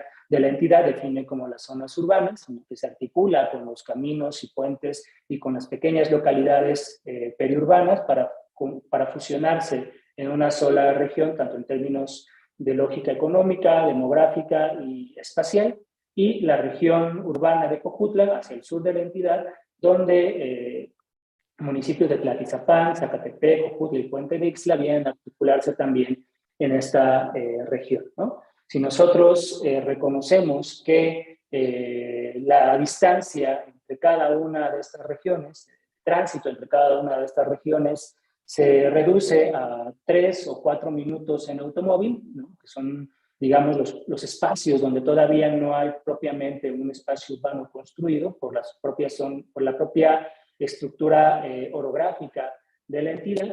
Pues más allá de hablar de estas 4 regiones urbanas, el estado de Morelos tiende hacia la fusión de una gran mancha urbana donde cada una de estas 4 regiones terminarían por fusionarse y, dada la cercanía que tiene con la Ciudad de México y con el Estado de México, se tendería a sumar a la zona metropolitana del Valle de México. El flujo de mercancías y el flujo de personas a lo largo de estas regiones permitió identificar la producción espacial de 4 corredores urbanos, ¿no? Que son los que ustedes están viendo en la cartografía. Podríamos detallar un poco más en las dinámicas en la ronda de intervenciones, pero me gustaría avanzar para que no se pierda la información en los minutos que quedan, ¿no? El segundo resultado fue la producción de corredores industriales. Ha habido diversos intentos históricos por llevar a cabo la industrialización del estado de Morelos, intentos que no han logrado despuntar ni consolidarse, más que algunas excepciones individuales de empresas como la Nissan, como Saint-Gobain, ¿no? En donde podemos reconocer que de las diversas ramas industriales que desde la década de los 40 a la fecha se han impulsado, con la vuelta de siglo, sobre todo con los gobiernos de Enrique Peña Nieto y el actual gobierno de Andrés Manuel López Obrador, y a nivel local con el gobierno de Graco Ramírez y el gobierno de Cuauhtémoc Blanco, ha habido un impulso del sector agroindustrial y del sector automotriz en la entidad, donde las tendencias que sigue la inversión de capital europeo, sobre todo alemán, representado por Volkswagen, anuncian la posible migración del capital de la Volkswagen y de Audi de Puebla y de Tlaxcala hacia el estado de Morelos, precisamente por la supuesta alta disponibilidad de recursos hídricos, ¿no? Se han proyectado diversos parques industriales en la entidad, un parque de la salud, un agroparque y un centro logístico agroalimentario, José con lo Manuel, cual... tenemos un minuto para que termines. Sí, ya voy a concluir, gracias. En donde vemos cómo estas tendencias territoriales empiezan a consolidar en lo que puede ser la articulación no solamente de parques industriales, sino la generación de un corredor urbano industrial en la parte norte de la entidad, en donde se genera una manera de arco que coincide con ser la zona, esta zona del corredor urbano industrial, la región donde se concentra la mayor cantidad de conflictos socioambientales relacionados con los recursos hídricos, ¿no? Como consideraciones finales, bueno, se pudo obtener que esta configuración de corredores urbanos-industriales en el estado de Morelos se generan como una condición de posibilidad para la aparición de conflictos socioambientales, dada la articulación que tiene las lógicas espaciales y de alto consumo de materiales y energía y de contaminación por residuos sólidos y sustancias químicas de alta toxicidad, y que, bueno, se vuelve una condición preocupante para la generación del estado de Morelos en una zona de emergencia ambiental y de alto riesgo sanitaria. Este estudio que se hizo, pues vale la pena que se precise con otras investigaciones de tipo sociológico y antropológico para conocer cómo es que a nivel ya local se llevan a cabo estas tendencias, y también hace falta mayor estudio por parte de ingeniería ambiental y de hidrobiología para conocer cuál es el impacto concreto de estas tendencias que se reconocieron con ese análisis territorial. Pues muchas gracias por su atención. Excelente, José Manuel. Muchísimas gracias. Pues vamos a escuchar los comentarios del doctor Edgar Sayago. Está por aquí ya presente. Sí, muchas gracias, Carmen. Bueno, en este caso creo que destaca al ser el único en el que pues el trabajo ya ha sido publicado en una revista con dictaminación. Entonces, en ese sentido, pues felicidades por la aceptación del artículo al doctor José Manuel. Creo que es importante reflexionar sobre o partir pues de que es imposible un crecimiento infinito en un espacio delimitado, especialmente dentro del marco de del desenvolvimiento que marca el sistema de producción mercantil y capitalista, porque al final de cuentas, durante miles de años, la humanidad tomó de la naturaleza cuanto necesitaba para su reproducción social y pues lo regresaba en manera de desperdicio, o sea, sin preocuparse de las consecuencias futuras, ¿no? Esto era entendible, de cierta manera, a partir del bajo nivel de las fuerzas productivas y la poca densidad de la población que caracterizaban las sociedades precapitalistas. Ciertamente, las degradaciones ambientales actuales no se pueden comparar en dimensión y en espacio a las que se produjeron en otros periodos históricos, ya que las diferencias no solamente son cuantitativas, sino también cualitativas, ¿no? Las anteriores crisis medioambientales se derivaban de tendencias de su producción, pero ahora tienen un componente a la superproducción, sobreconsumo, dado la lógica de la producción generalizada de mercancías. Estamos hablando pues entonces de una crisis de relación metabólica entre la sociedad, el ser humano y la naturaleza. Sin embargo, o sea, esa problemática se caracteriza en el inicio del artículo Pero en cuanto a la proyección de las tipologías de los conflictos, a mí me hubiera gustado ver, digo, sin dejar de ser interesante lo que se presenta, me hubiera gustado ver cuáles conflictos se desarrollan a partir de considerar el agua como un medio de producción, o sea, en el sentido de la integración a las fuerzas productivas por la dinámica industrial la industria de la construcción que marca Morelos. O sea, al final de cuentas, si de hecho en el título se habla de los conflictos hídricos, pero no se hace una caracterización más profunda o evidencial del tipo de conflictos, aunque el autor reconoce al final que efectivamente hace falta una aproximación sociológica o de corte antropológico que y supongo que a partir de entrevistas o etnografía o no sé, se pueda destacar esa dimensión, porque los puntos de tensión que caracteriza cualquier conflicto en el capitalismo, pues quedan en un espacio prospectivo en función de la caracterización, pero falta esa parte concreta para identificar esas tensiones que históricamente han caracterizado a los conflictos socioambientales.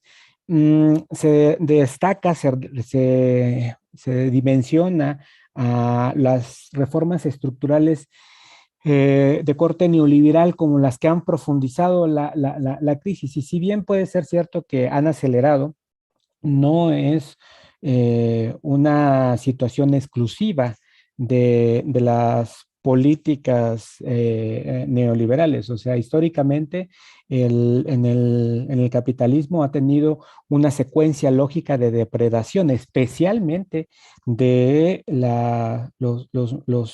los espacios comunes, sin caer en el conservadurismo de Harding, sí en la sobreexplotación, ¿no? de los recursos naturales. Y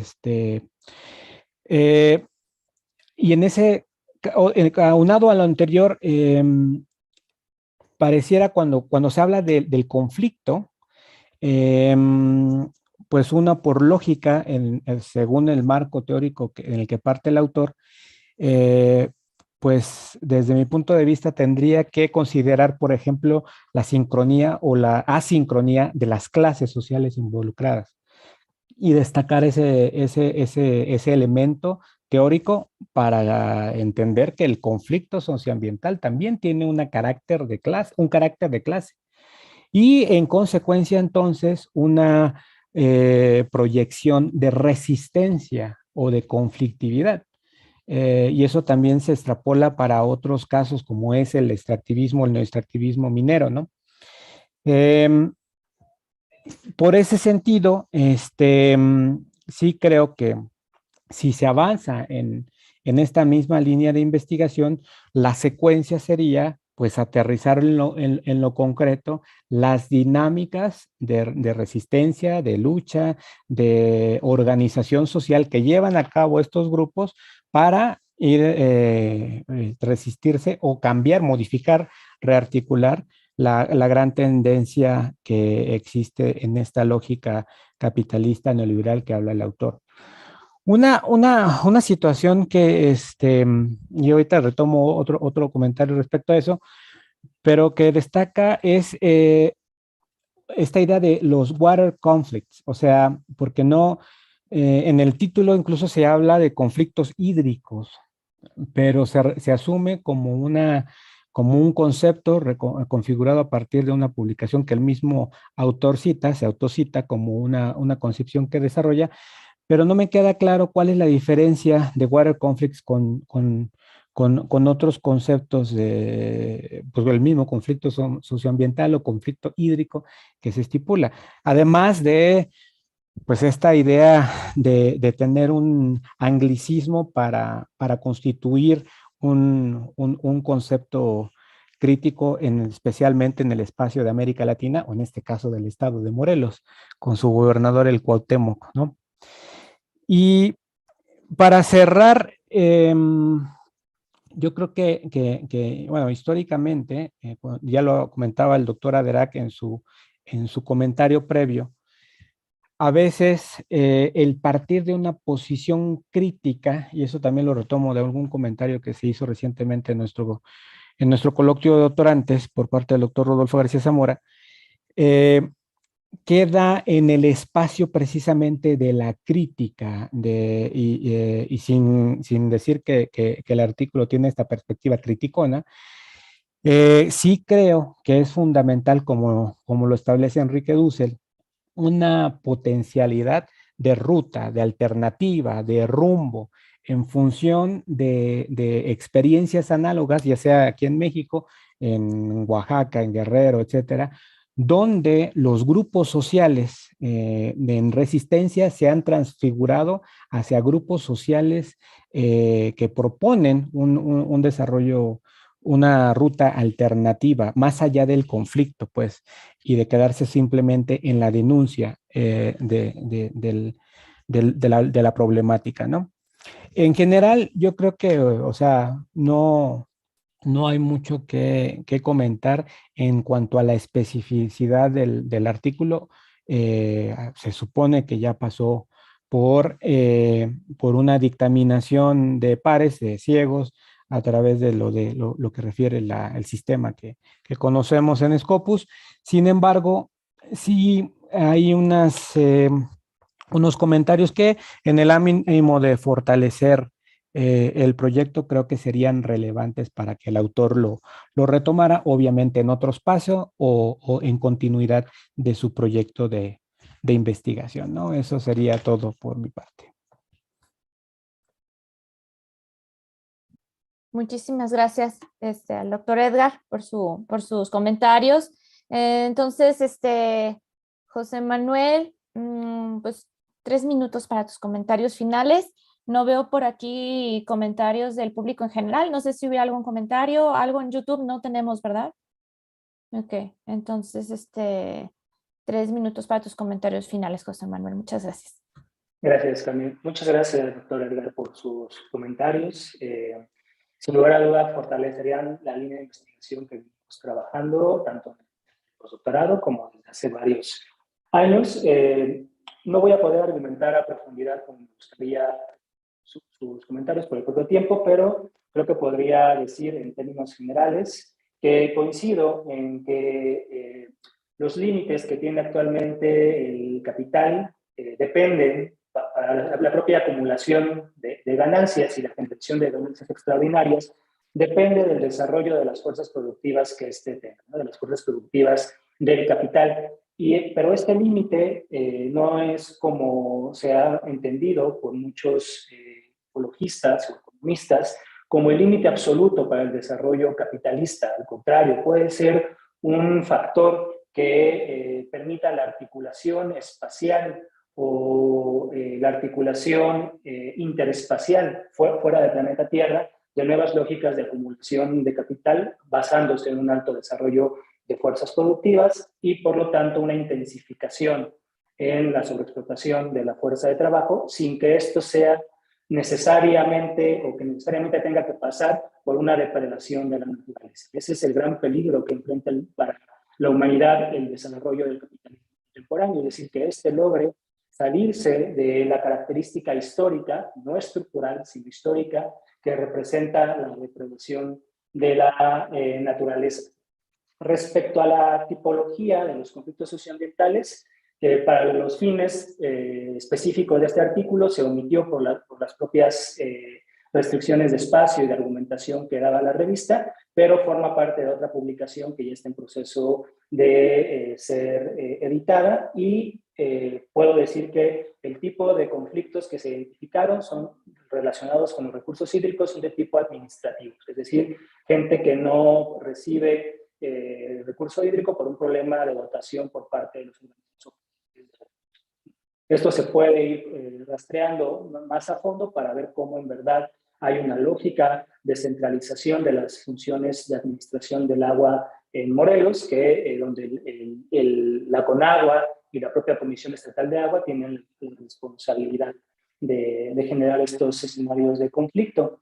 Sobre la caracterización de esta conflictividad desde la perspectiva del conflicto de clase, me parece oportuno, pero en este sentido considero que no se tiene que reducir a un análisis solamente de considerar que es un espacio de lucha entre la burguesía y el proletariado, sino también los espacios de conflictividad socioambiental visto desde la teoría de la lucha de clases de Marx, permite ver cómo en estos espacios hay una confrontación entre la burguesía y los terratenientes y dentro de la propia burguesía, es decir, hay conflictividad socioambiental entre clases sociales y al interior de las propias clases dominantes, como también dentro de la propia clase proletaria. Es decir, son dinámicas muy complejas donde se juegan dimensiones económicas y políticas, en donde terminan siendo escenarios de un alto riesgo y vulnerabilidad, no solamente para una clase social, sino para todo el metabolismo social natural, como usted bien menciona. Y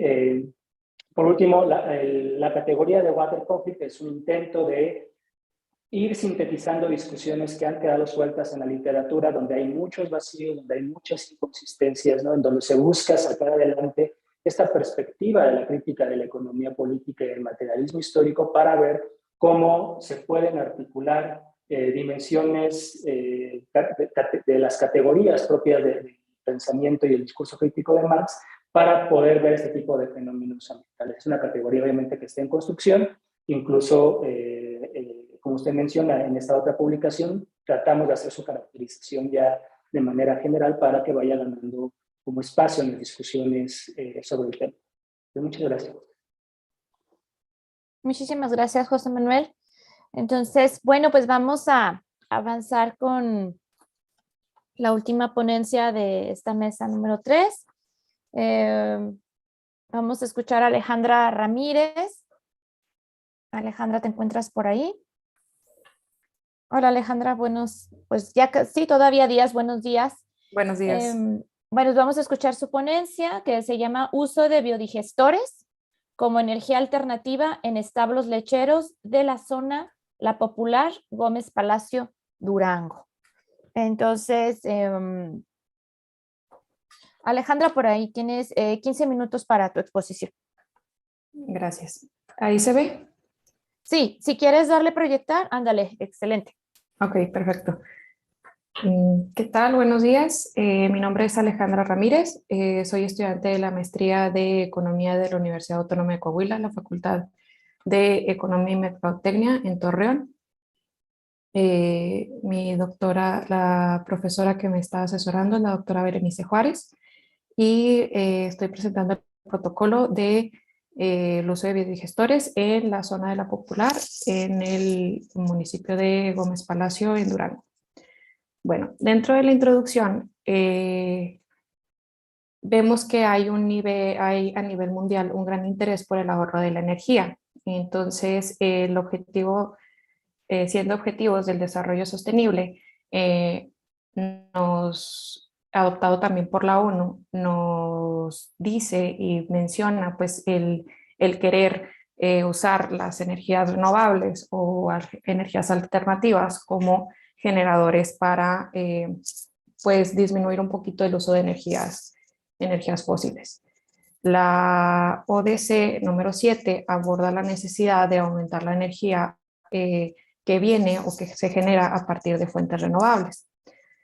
Por aquí en México, los organismos como FIRCO y Zagarpa han desarrollado varios programas que son para inversión en energías renovables en diferentes sectores, diferentes tipos de tecnologías, ¿no?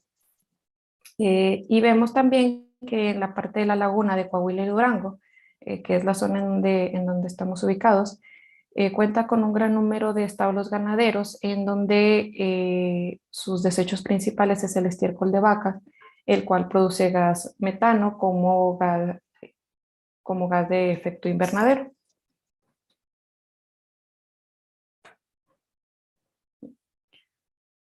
La justificación que tenemos es que a partir del Acuerdo de París, que fue en 2015 y que firmaron 150 jefes de Estado, mencionan y, bueno, ellos tienen como objetivo mantener un incremento en temperatura global por debajo de los 2 grados centígrados. México firma con ellos en 2016 un acuerdo en el que se tiene que estar comunicando cada 5 años cómo están reduciendo las emisiones y se compromete a reducir emisiones de gas de efecto invernadero en un 25%. En el planteamiento del problema, pues tenemos que hay una problemática energética mundial en donde el uso de fuentes fósiles tiene un impacto en el medio ambiente. La estructura energética ya no es sustentable porque estamos consumiendo recursos no renovables y es por eso que se pretende que se encamine aquella uso de energía hacia energías renovables. La demanda energética mundial tiene un aumento a un ritmo de crecimiento anual de 2.47% y en un plano al año 2030 para la transformación del sistema de energía mundial establecido a partir de la implementación y cumplimiento de las políticas energéticas que consideran una economía circular baja en carbono para la protección del medio ambiente, ya que todas las fuentes primarias han contribuido a satisfacer la demanda energética. El objetivo es que la elasticidad en los precios de los productos de consumo siempre ha sido importante en la economía y pues sobre todo en la micro, tomando como referencia que la inversión en tecnología que produce energías alternativas o renovables se busca encontrar un punto elástico en el precio de energía eléctrica interconectada a la red. Dentro del marco teórico tenemos que en el Departamento de Agricultura de Estados Unidos nos muestra un estudio en donde nos dice los millones de toneladas que México produce de leche bovino, y en el estudio presenta que Coahuila y Durango Coahuila en segundo lugar y Durango está en el tercer lugar de producción de leche, por lo que tenemos una alta generación de gas metano.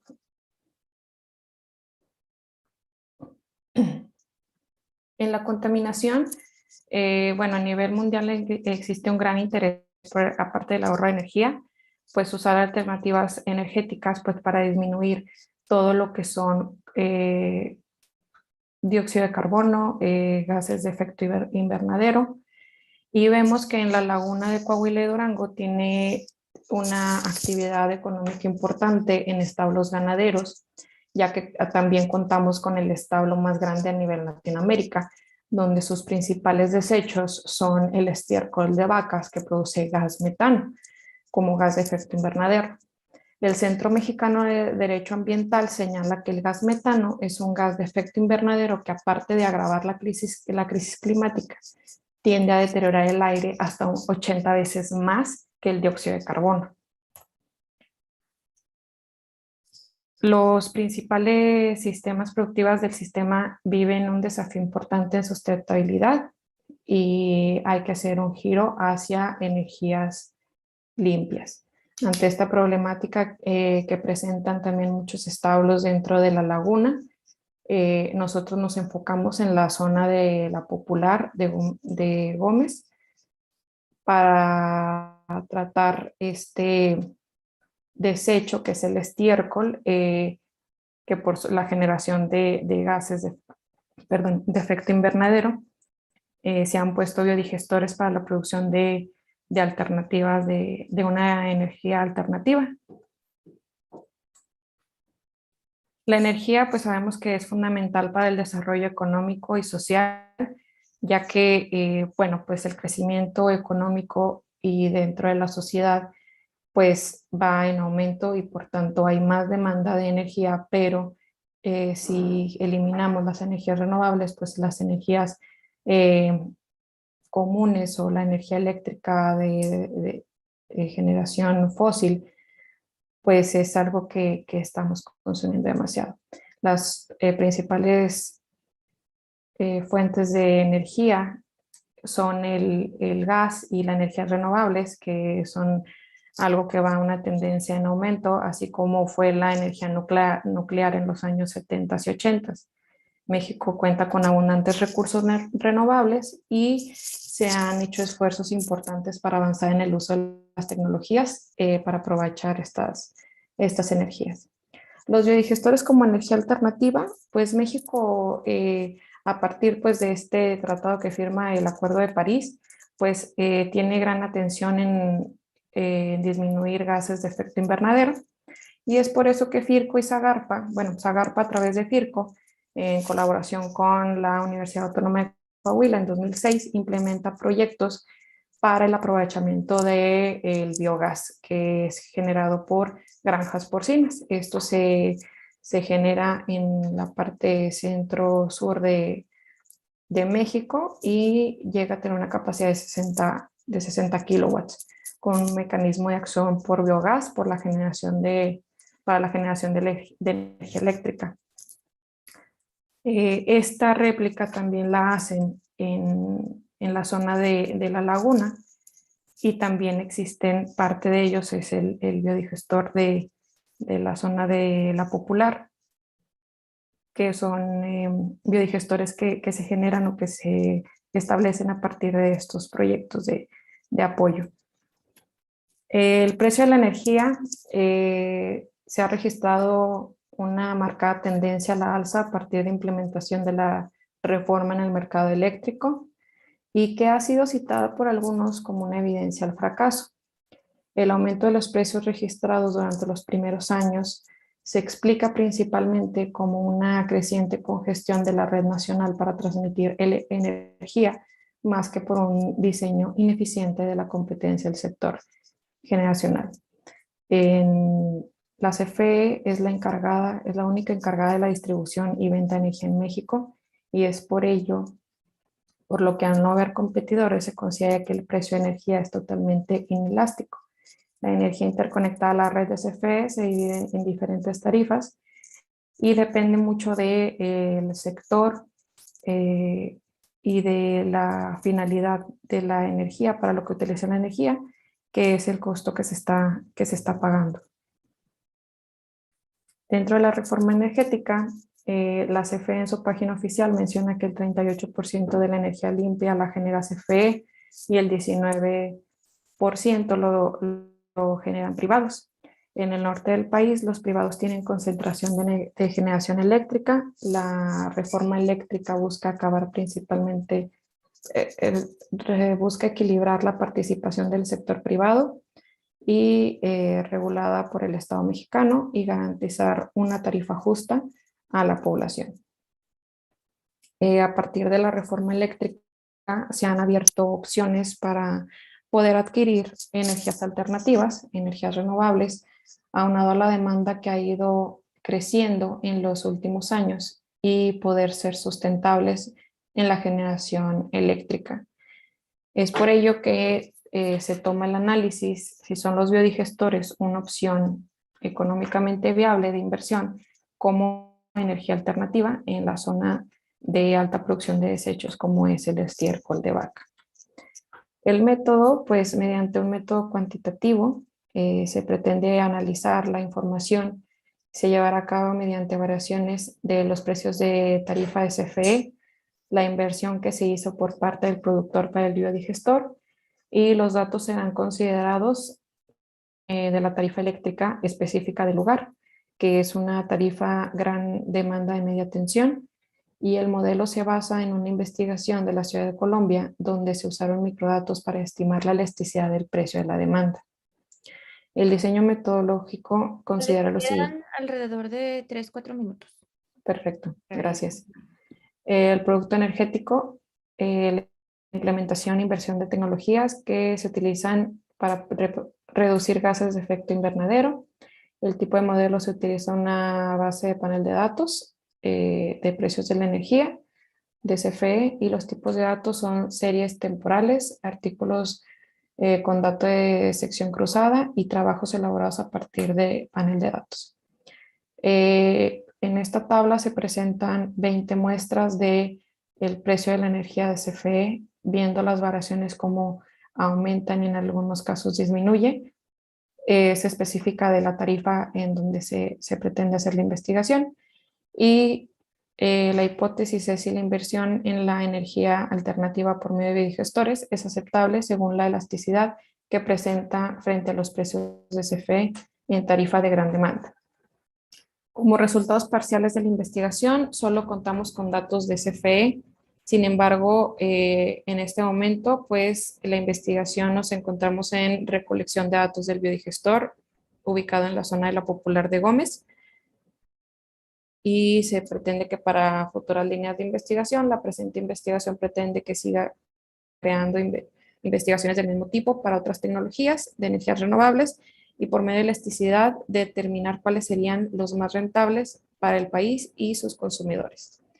Ya por último, pues tenemos aquí las referencias utilizadas que se utilizaban para crear el protocolo. Y pues sería todo por mi parte. Muchas gracias, Ale. Pues vamos a escuchar los comentarios que tiene Teresa del Barco para tu trabajo. Hola, buenos días. Buenos días a todos. Y bueno, Alejandra, en primer lugar, agradecerte por compartir tu trabajo. Entiendo que es una iniciación a una investigación, entonces, como todo trabajo, es perfectible. Entonces, todavía se le puede dar ciertos matices para que ese trabajo vaya encaminado hacia tus objetivos, ¿no? Es normal que cuando uno empieza la investigación, pues todavía no tiene todas las cosas claras. Es más, cuando uno termina la investigación, todavía quizás tiene algunos vacíos, ¿no? Que quisiera expresar, etc. Y en ese sentido, tengo algunas sugerencias y consultas, tratando siempre de dar este énfasis de que es para que el trabajo pueda ir en mejora, ¿no?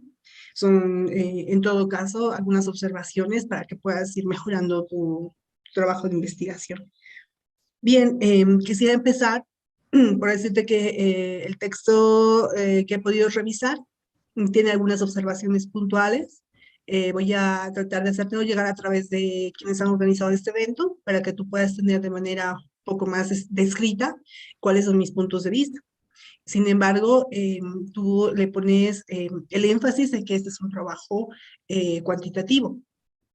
Y todavía entiendo que se está iniciando todavía con el proyecto, pero veo muy pocos datos, ¿no? Entonces, le falta, yo creo, esa riqueza de lo que hace los números, ¿no? De poder mostrar una gráfica, una tendencia.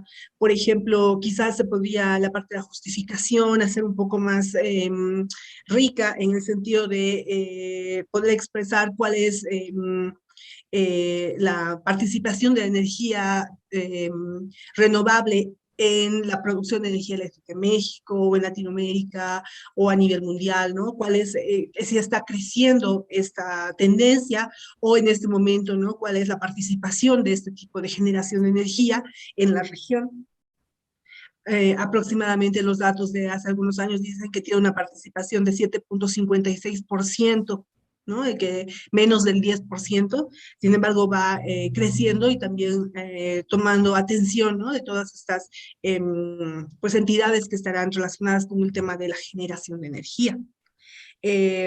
Por otro lado, también me parece interesante que la justificación debería tomar en cuenta que la producción de electricidad, especialmente, o bueno, de manera, digamos, un poco más clásica, está basada en el consumo de combustibles como gas natural y carbono, ¿no? Entonces, habría que tomar en cuenta que, pues, México, la región, no es autónoma en la generación de este tipo de biocombustibles, entonces, o más bien, de combustibles que se utilizan en México. Entonces, como no tenemos esa autonomía, es un plus que le podrías poner a tu justificación para destacar por qué te estás enfocando en proyectos que estén relacionados con la generación de electricidad a través de energías renovables. Sí, también porque la generación de energía eléctrica está relacionada directamente con el precio de estos combustibles y aproximadamente el costo de generación de energía está entre un 78-80% basados en el precio del combustible. Entonces, si esos precios suben, porque nos llegan de otros mercados, el precio de la generación de electricidad también se incrementa, ¿no? Este tipo de datos le podría dar a tu trabajo un perfil mucho más cuantitativo, ¿ya? Y podría ayudarnos a entender cuál ha sido tu motivación para trabajar en esta área. Bien, quisiera también un poquito expresarte sobre tu objetivo y sobre la hipótesis que nos planteas. Tú dices que a través de un método cuantitativo pretendes analizar la información y las variaciones del precio de la tarifa, eso es lo que entendí, de la inversión que se hizo por parte de los productores en biodigestores. No me queda todavía muy claro, creo que hay que trabajar un poquito más en aquello. ¿Qué es exactamente lo que tú quieres mostrar? Quieres mostrar si hay un incremento, pero en la inversión que se hizo, entonces no me cuadra todavía. Yo creo que eso se puede ir mejorando, ¿no? Y otra cosa importante en la hipótesis es que tú nos lanzabas una hipótesis que tiene una palabra de aceptable. No recuerdo exactamente, no tengo el texto a la mano, bueno, en todo caso sí, pero nos decías que era algo así como que los precios de la generación de energía son aceptables, ¿no? Utilizando biodigestor. Pero, ¿qué significa aceptable? Yo creo que es un término que da mucho, abre mucho las puertas, entonces algo puede ser aceptable para ti y no muy aceptable para mí. Todavía es un término que es muy subjetivo. Yo creo que ese tipo de cosas hay que delimitarlas y quizás poner porcentajes. Por ejemplo, si tú pondrías un porcentaje, eso sería mucho más fácil de medir y te va a servir también para manejar bien tu objeto de estudio y llegar a través de tu método a cumplir con tus objetivos finales. Otra cosa que me parecía importante para la presentación y también para tu documento es que puedas presentarnos algún tipo, un mapa, por ejemplo, donde nos puedas mostrar esta conjunción de esos territorios, porque aparentemente tú delimitas tu trabajo en Durango, pero luego nos hablas también de otra zona, quizás es compartida, probablemente es una zona donde se recogen todos los desechos y se llevan a una planta de generación, es lo que entiendo, pero no está escrito, no está explícito. Entonces eso puede llevar a ciertas confusiones cuando empezamos a leer tu trabajo, ¿no? Y bueno, como plus, quizás también podrías introducir un poco qué relación tiene este proyecto con los bonos de carbono. Está yendo en apoyo hacia la generación o hacia o qué relación existe, ¿no? Con los bonos de carbono. Creo que eso podría ser también interesante. Y pues creo que hay muchas cosas todavía por delimitar y me parece que es interesante que puedas presentar un panel como este donde todos podamos de la manera más, digamos, amigable presentarte nuestras observaciones para que puedas llegar a un buen fin de la investigación. Gracias. Muchísimas gracias a Teresa. Y Alejandra, tienes 3 minutos para darnos tus comentarios finales. Gracias. Bueno, pues nada más agradecer pues todas las observaciones, que la verdad es que sí van a enriquecer y comentándome, pues me abre un poquito más el panorama y tal vez cosas que son un protocolo que vengo trabajando ya desde algún tiempo, entonces pues sí había como obstáculos o trabas en donde ya no sabía hacia dónde encaminarlo o dirigirlo, y esto me permite, y qué bueno que se me dio la oportunidad, y pues que me presentan estos comentarios para yo tomar otras líneas de investigación y que pueda enriquecer y al final del día delimitar más el objetivo y tener pues un objetivo más específico. Sí, también hay, pues nada más la parte de Coahuila y Durango, pues sí me faltó poner el mapa. La verdad es que tenemos aquí un detalle en que pues la laguna es Coahuila, es una parte de Coahuila que es Torreón, y la parte de la laguna de Durango que es Gómez Palacio, Lerdo. Por aquí pues hay pues ciertos comentarios de cuando nos quisimos hacer Estado, etcétera.